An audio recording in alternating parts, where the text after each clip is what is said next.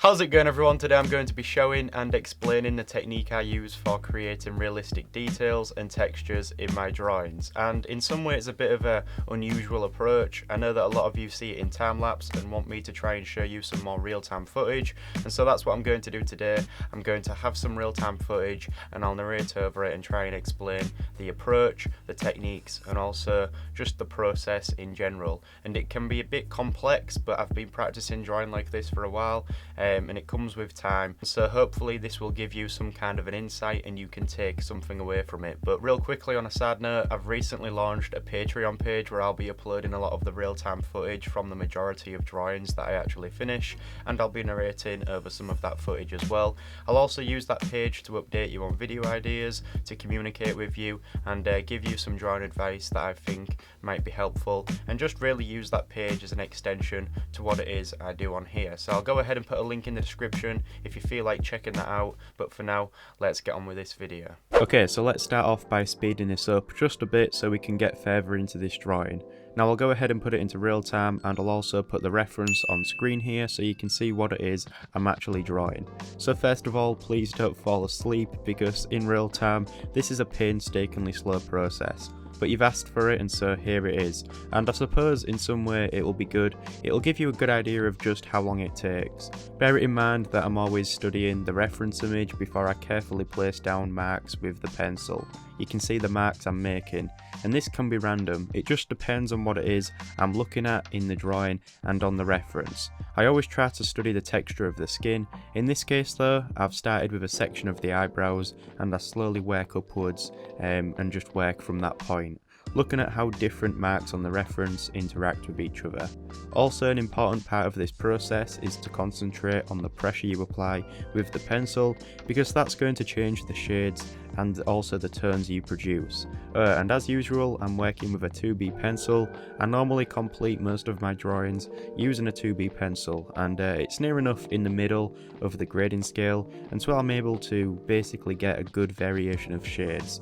Always keep the pencil sharp as well, because we are creating really small details. I sometimes make circular motions with the pencil for some of the marks that I make, but nevertheless I'm always studying the reference image and making every decision based on that. It's a very time consuming task, and I've also realised that my technique here sometimes results in the drawing being too textured, so take that into consideration. If you want to smooth it out a little bit, for instance if it is too textured, then you can just take a blending stump or something and just blend it out a little bit so it smooths out and then it doesn't look as textured. However, I like to keep the detailed textures visible in my drawing regardless, and obviously I can't keep this in real time forever. I'll upload a lot of real time footage over on the Patreon page, so you can follow along with it there if you'd like. However, I'm just going to put this into a ×4 speed, so it's not too fast, and hopefully we can still see what I'm doing here.